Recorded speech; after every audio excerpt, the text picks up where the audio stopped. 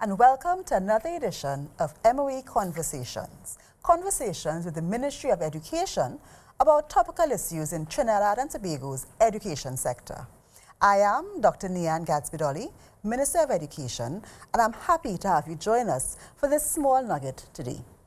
I am so pleased to have with me, as we discuss TVET education in Trinidad and Tobago, Dr. Ruby Allen, who is the chairman of the National Training Agency.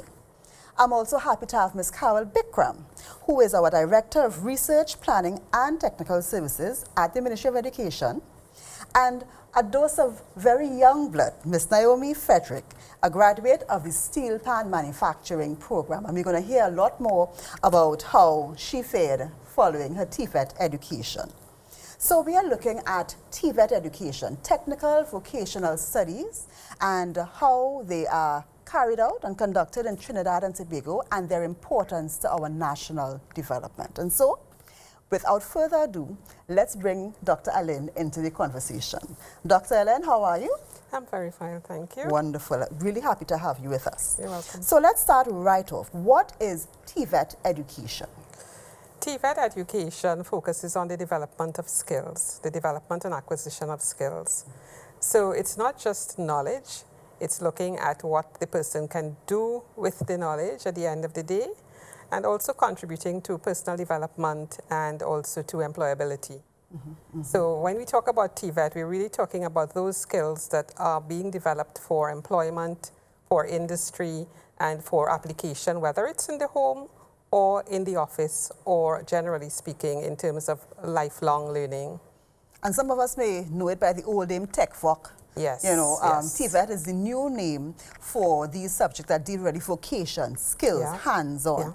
Yeah. What are some of the subjects that are TVET areas? Because sometimes, you know, people might not be sure about what a TVET subject. What are some of those subjects? Well, we offer our TVET subjects in schools, and some of the popular ones are commercial food preparation, grow box preparation in terms of agriculture. People also like some of the skills such as masonry and welding, construction skills. Metalwork and all of that. Yes, cosmetology is very popular. So that's hairdressing is TVET. As well, yes. Okay. You know, so those are some of the ones that we think of when we think of TVET. Okay. Is technical drawing also TVET? Yes, it is, and it's one of those construction skills as well. Of course, now it's driven by the technology a lot, so you have the AutoCAD and the software, the use of the software, but it's also very popular, yes. Okay, so you have a wide range of TVET offerings coming from the secondary school, and we have somebody here who did the CVQs. Can you tell us what are those CVQs that persons register for?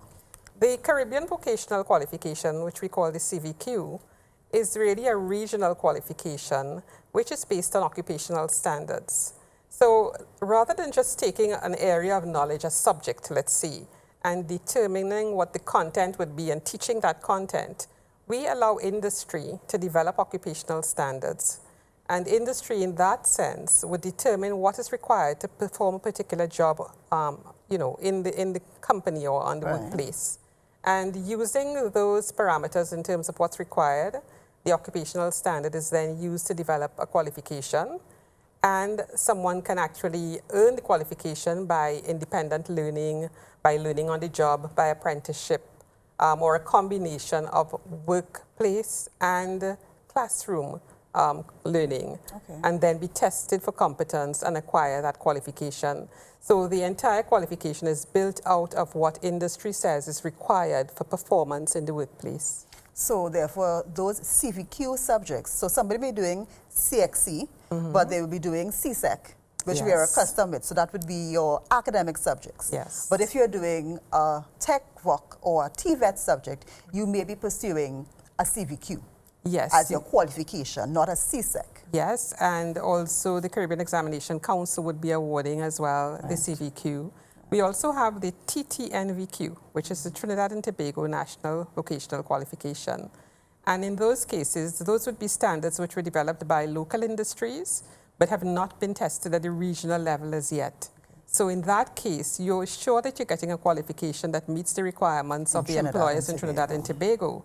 But we have to go a step further in terms of ensuring that it meets the requirements of employers across the region for it to be called a CVQ. Okay. So we have persons pursuing CSEC, we have persons pursuing CVQs. Yes. Ms. Vikram, could you tell us, what are some of the institutions, government-funded institutions in Trinidad and Tobago that offer technical vocational education? Thank you, Minister, and thanks for having me here today to share a bit about the ministry's role in technical vocational education and training, which is really very important. So there are three main institutions that the government would support in terms of, we call them public finance funded institutions. So you have the MICIT, we also have YTEP, which is youth training, and as well as the National Energy Skills Center. These three institutions have campuses and sites throughout Trinidad and Tobago as well, stretching from the north to south, east to west. Okay. And they offer a lot of the programs that Dr. Allen would have mentioned previously. Okay, so someone interested in TVET training, therefore, has quite a few options. Definitely, a number of options, actually. Mm-hmm. So if you're looking for training in electrical, plumbing, are those also TVET areas that you can get training in from these government institutions? Definitely. Okay, so that's available for our public.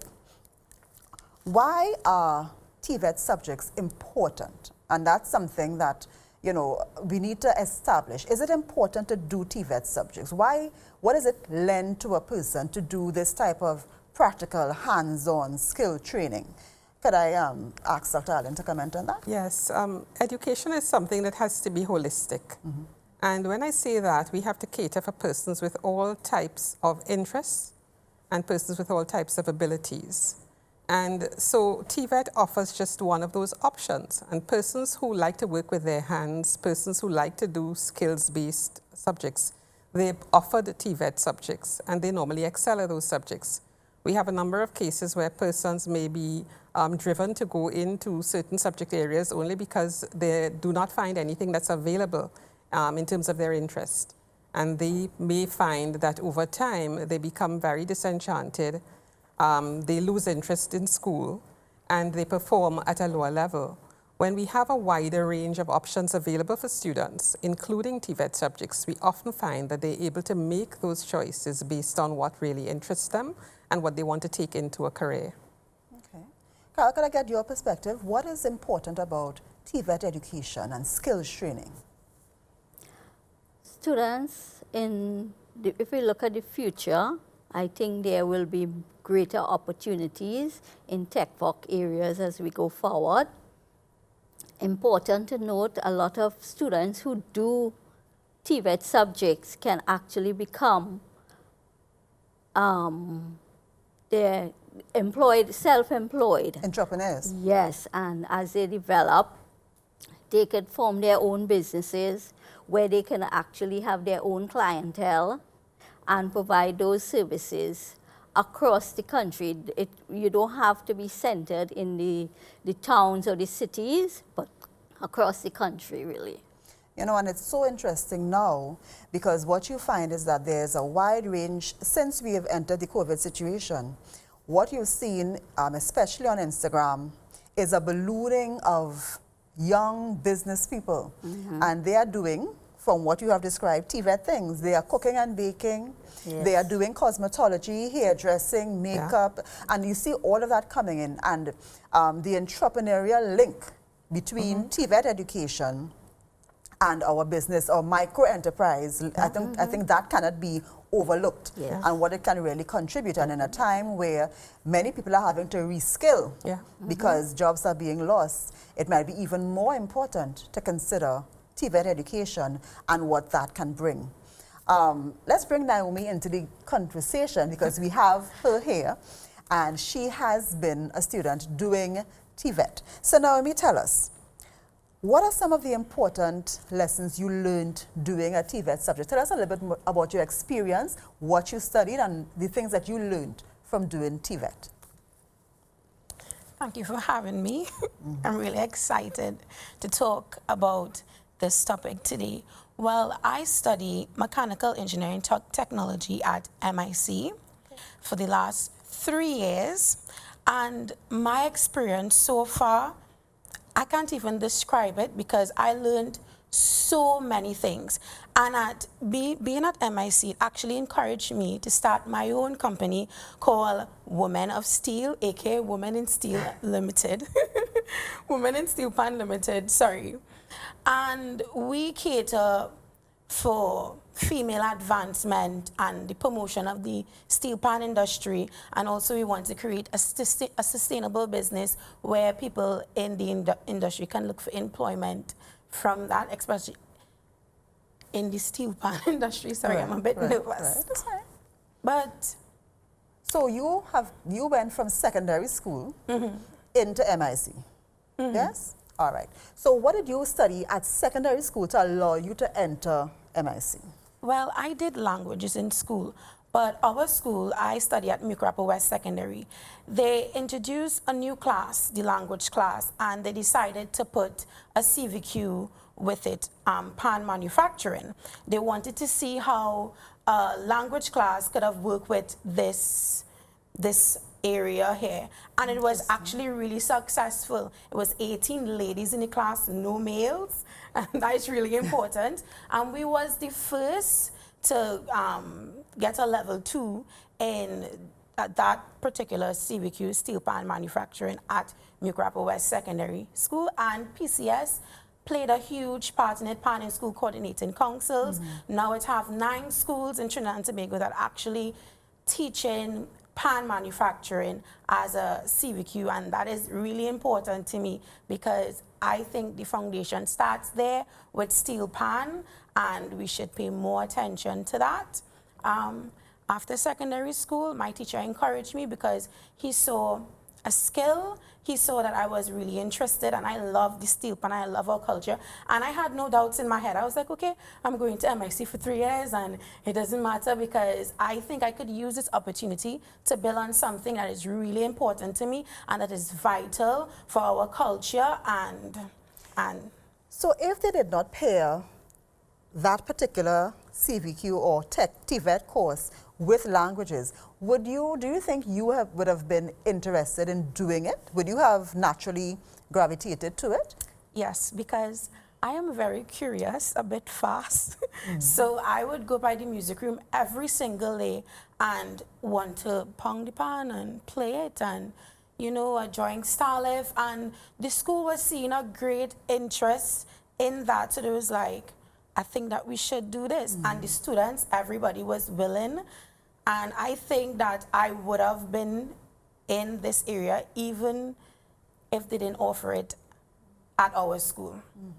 So what the practical experience of actually, you know, ponging the pan and doing that, how was that in terms, were you very excited to be engaged in that? Was it very different from a class where you would sit down and say language classes, where you wouldn't have that necessarily hands-on experience? What made that so exciting for you? It was something that was really different because our class didn't have no SBAs. And when we came into that class that one day in the week, everybody just wanted to pound the pan and sing this to get the finished product. But everything had to take time. We had to sit down in class, discuss what we're going to do, learn about music, learn about the instrument, the history behind the instrument, in order to put that knowledge into building the steel instrument. So I would say the experience was both hands-on and The theory. yes, the theory as well. Okay. So in going to MIC, you are female, and I would imagine that you may have been in not the majority of the students going to MIC. How did that feel, being a female in what may be looked at as a male-dominated area, TVET? Well, I was a bit happy because when I came the first day, I was like, wow, it's only females in here. And they were mostly my friends, and we decided to go on to MIC. And we took that as, well, Did you feel out of place at MIC? No, we didn't feel out of place. It was very welcoming. And we took that as, well, this is something that females don't usually get into. and we could make something out of this. So we decided to stay and weather through everything in order to be where we are today. At the end. Okay.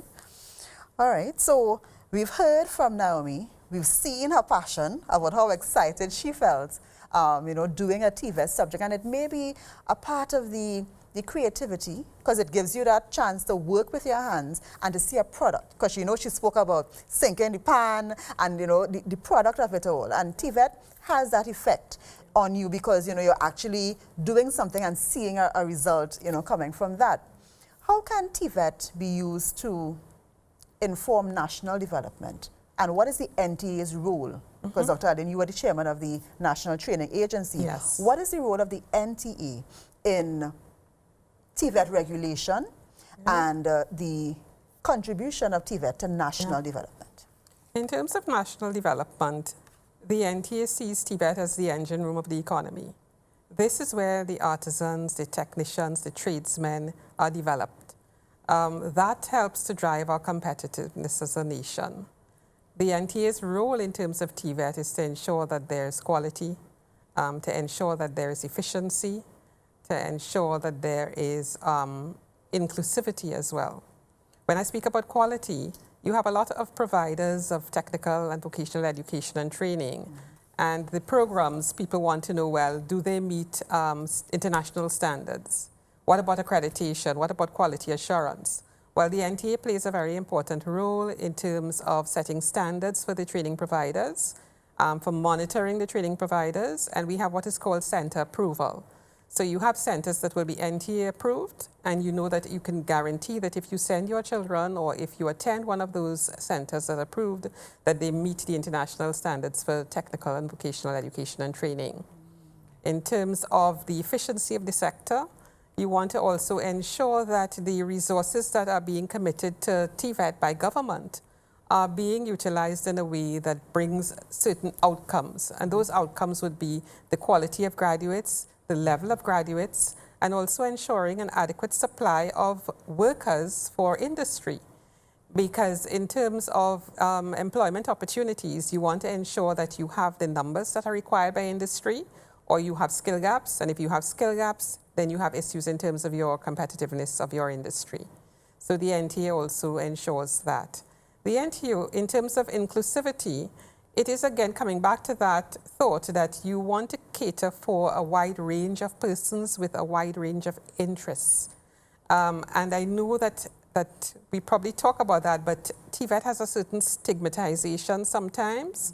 But when we talk about inclusivity, we talk about equity, ensuring that everybody has an opportunity to study or to engage in learning what they want to learn.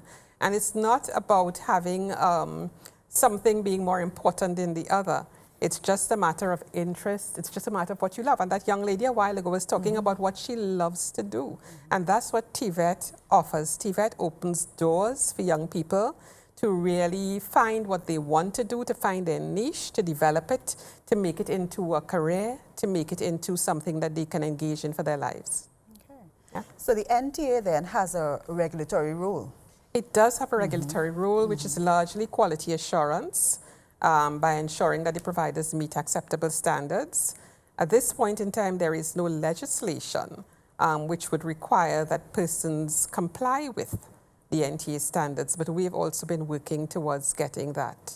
Yeah, because at this point, we want to ensure that all of our citizens who may be engaging in TVET training are really getting their money's worth. Yes. And they are receiving the training that they are looking forward to be able to provide the service to our population. So if you're a baker, you're into TVET. Yep. If you're a shoemaker, you're into TVET. If you are a technician, you're into TVET. And I think there are many people who may be involved in TVET education and work who may not recognize that they are into TVET. No, and Minister, if you think about it, when people were asked during the lockdown what they were missing their hairdressers and their barbers and their nail technicians, and that's all TVET. And those are the skills that people really, wanting to get back out there to be able to enjoy. Oh yes, remind us all of it. And we, of course, are looking forward to not being in that position again. Exactly. Because it really was a hard time. Yeah. And so, you know, all of our artisans, Yeah. these are your jewelry makers, these are Yeah. all TVET Yeah. skills. And it's really an emphasis on marketable skills, things It we can is. do to make money. If you're a seamstress, a fashion designer, all of these are TVET. So TVET is very, very important for national development. Yeah. And yet still, there's a stigma, as you Yeah. said, associated with TVET.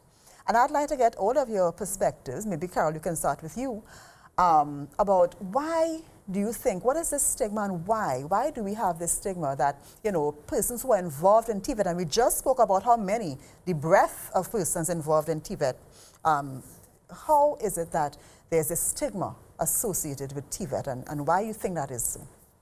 I think in the past, really, that stigma was so rampant, and students gravitated to academic subjects, and TVET was seen as a subject, well, you didn't do so well in academics, maybe you can do something with your hands. Mm-hmm. But more and more now we see where TVET subjects are very related to the computer, and science is so important. And actually, persons who get involved in engineering, if they were to do the TVET subjects, they would progress even further. I think it's about, sometimes I personally feel it might be parents who we need to really look at the stigmatization with, because from generations past, they may feel it more than the younger persons who would want to get involved in that hands-on subject area. They like it. They recognize that they can get a job faster. They can earn more income. In industry, TVET subject graduates may actually fare much better than some of the graduates of academic programs. It will be easier to get jobs as well. And as we said before, you can become your own boss, really. So it has something to do with our paradigm and our mindset. Yes, a shift. Naomi, what do you think? Why you entered the TVET arena? And I'm sure that there's always that, you know, competition in your head, you know, should I do this, should I not do this? Did you feel that there was a stigma associated with you going into a TVET area for study? Yes, and I 100% agree with that. Because I myself, I was doing work, but it wasn't there, and I was trying my best and my hardest, and I did well. But even though I had the academics, I gravitated more to this particular field, well, TVET. And my grandfather, he was saying, but Naomi, and this and that. So I understand that it needs to start with the parents, because this is something, you need to study your work. You're going to do something with your hands, and da-da-da-da-da-da. And I was like, no, but this is a skill. They're teaching me about business, how to be in the industry, how to act as an entrepreneur, how to be that, how to think innovative. And because I listen to myself and I say, hey, well, Naomi, this is your side, that doesn't necessarily mean that you have to stop school, because I'm currently still going to school, and I'm also in these TVET programs, and it helped me a lot. It actually assisted me in everything, my entire life for the past 5 years, my entire development. So I really think that these programs that TVET is offering is important, and it is very vital. And I would encourage persons, especially females, to come on, join it. Don't be afraid. Don't think of it as, well, I'm not doing good at school, so let me just go and do something with my hands. Your hand, it showed for the last year that your hands is actually helping you make the most money. And when you actually be creative, it's helping you make the most money. And people who have, like, you know, went to school for the past however long, is the ones who have to, like, be like, oh my gosh, let me see what I can do now. And they have to go back and learn a trade. And I think it's important to come on and just... So what you're saying then is that doing TVET can give you a resilience right? Can give you a resilience and also aid to your self-development, allow you to think in practical terms about how you live. And as we've seen, as you rightly said, over this time here, it has been so important, and we use the term pivot, but it is skills and training that have allowed many persons to be able to pivot when their traditional employment, maybe didn't stand up to the situation with the pandemic. Dr. Ellen, what is your perspective on that? Why and how is it that we have, maybe undervalued TVET education? I agree with Carol that parents have a large part to play. Somehow parents have got it in their minds that all the children need to be doctors and lawyers, and they push them in terms of some professions that they think carry a high status in society, without recognizing that people just want to do what they find fulfillment in. And so it's time for us to change that mindset. It's also time for us to be able to explore and to explain the range of subjects and fields that are really falling in this category called TVET. Because we didn't even talk about IT, but there are a number of IT professions that now fall under TVET. Data operations, we have persons who are doing CVQs in those areas as well. Digital entrepreneurship, which means that you can take whatever your skill is and turn that into a business. Okay. And that's also one of the TVET areas. So the stigmatization, I think, came a lot from our history and from what parents expected in terms of early employment. But the employment patterns are changing, opportunities are developing, new opportunities are coming forward, and people need to now be able to embrace those opportunities and to put aside those old, ideas about everybody needing to be this or that, and allow people to really explore what they feel fulfilled doing. Carol, do you think there's a role for the Ministry of Education in putting aside some of the stigmas that may have developed? Is there a role for the Education Ministry? And I'm going to ask Dr. Allen to also comment after that on the role of the NTA in really re-establishing the importance of TVET and so.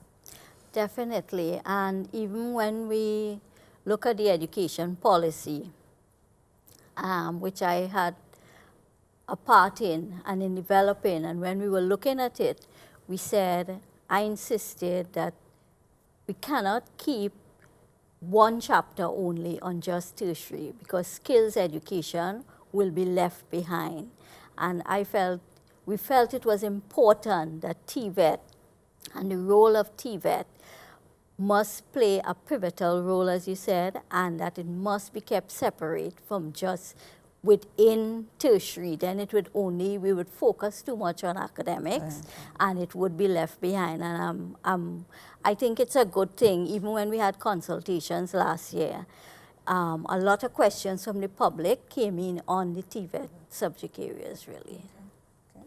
So what's the role of the ministry has a role in making TVET education standalone, it's making it important, emphasizing its importance. Yes. What's the role of the NTA, and how can the NTA help to change that mindset?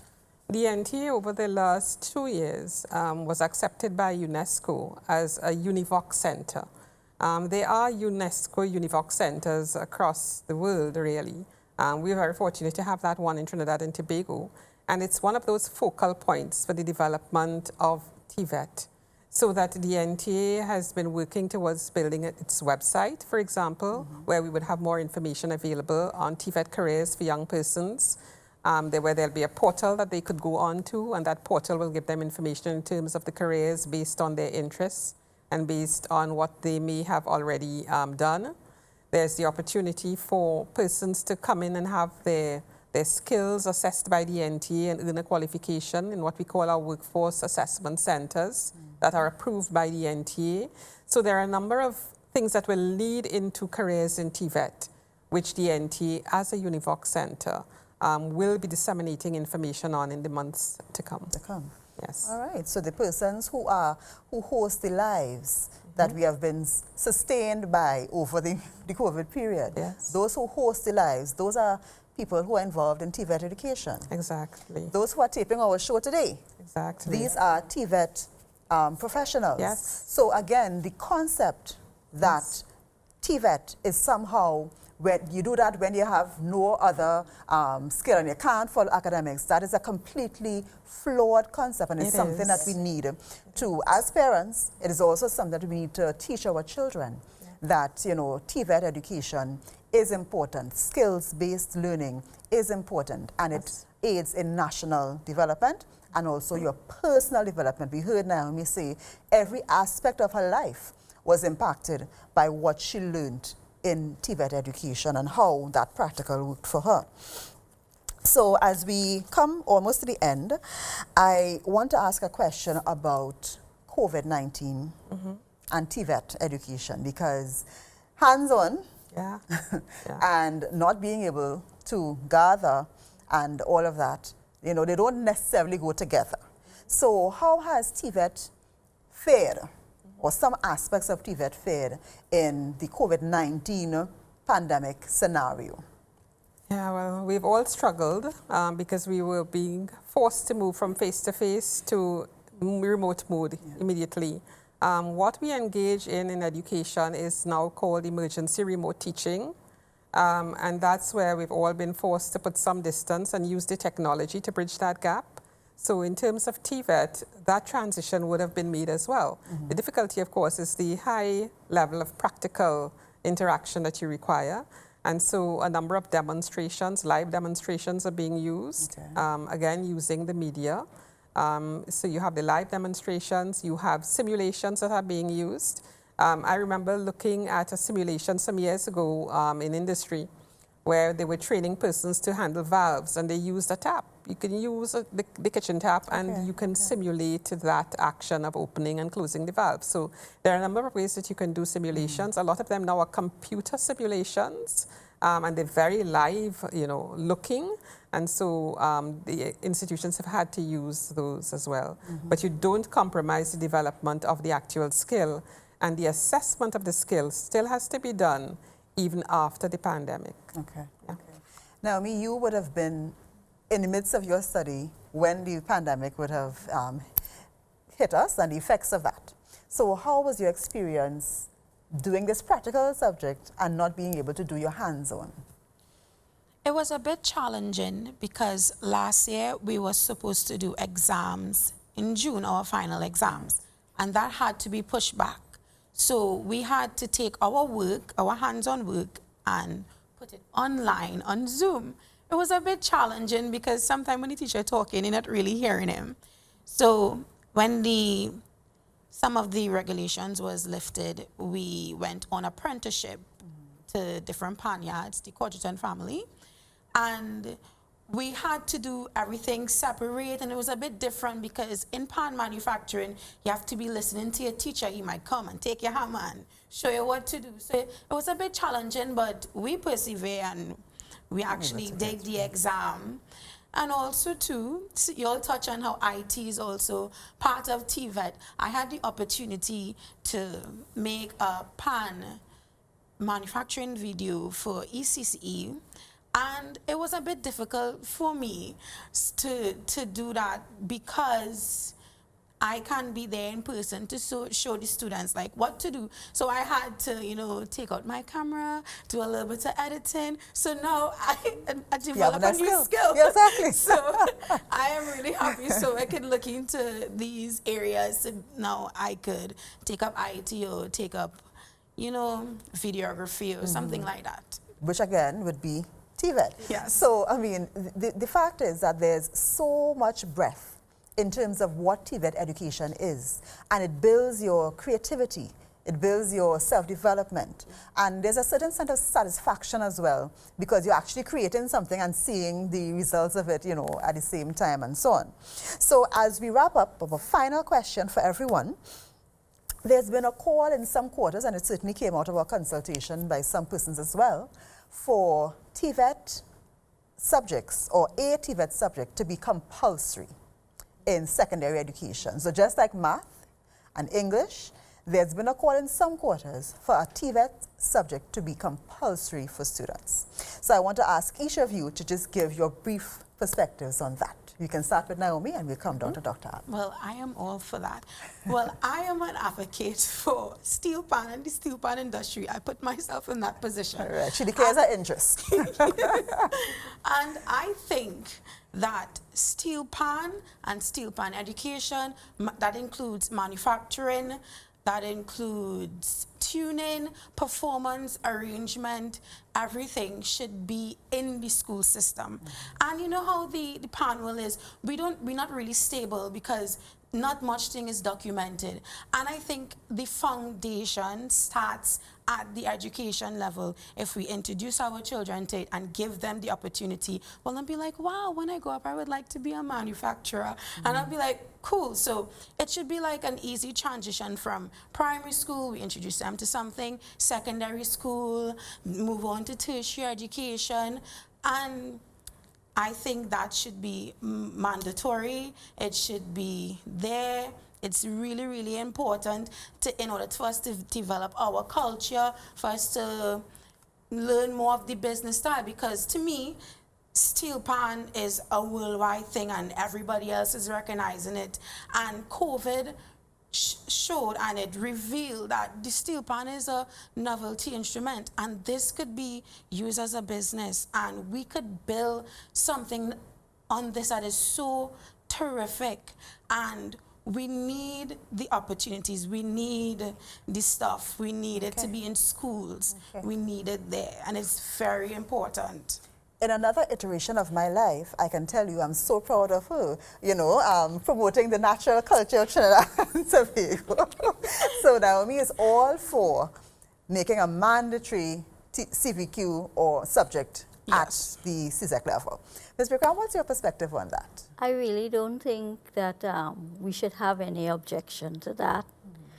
I recall whether it was cookery, and you go to your prestige schools in the 70s and 80s, and everybody had to do it. And I see no reason why we shouldn't. We may find more students and may choose to get involved and get into a TVET area post-secondary schools. And I think it should be encouraged. I would honestly have been saying for a few years now, I think we need to come to the stage where we offer more scholarships, actually, in TVET subject areas as we go forward. It is something we need to look at. So we have 2 votes out of 3 thus far. So and you have 3 votes, because I support it as well. Yeah. I think it's important for the holistic development of people. I think we want well-rounded individuals in our society. I feel that the technical skill gives that individual that opportunity to demonstrate something that he or she can do and something that he or she loves doing. I think that's the important thing. It has to be something that there's an interest in. So we offer a widest range as possible and allow people to develop those skills of something that they can do. I think it will help in terms of building better citizens at the end of the day. And then when you think about your home, we all at some point in time need to be able to fix something. Something goes bad and you can't get a plumber in the night or you can't find, you know, someone. You have to do something yourself. And that's just one of the ways that we'd be able to help ourselves as well. Dr. Allen clearly has been sneaking into my bio. I can tell you that the reason I did an electrical course is because I had difficulty getting an electrician. Huh? So I myself am a big advocate for TVET education and for the grounding it gives you and for the sense of pride you feel when you have accomplished something with your hands and you feel as though, you know, you've been the author of your destiny. So I want to really thank my guests, Dr. Allen, Ms. Carol Bikram, and Naomi, for being here, for discussing this most important and vital topic, which I think will only increase in importance as you go along, especially facing the situation we are now with COVID. And I want to encourage all of our parents, all of anybody viewing now, to take a deeper look into what TVET education is, TVET careers, because it's very, very broad. And certainly, as expressed by all of our guests here, and as something I also believe in, it can aid in the development of better citizens and therefore make a better Trinidad and Tobago. thank you so much for being with us. You're welcome. Thank you for viewing. Minister. And we are so grateful for your presence with us as we discussed in today's MoE Conversations, TVET Education.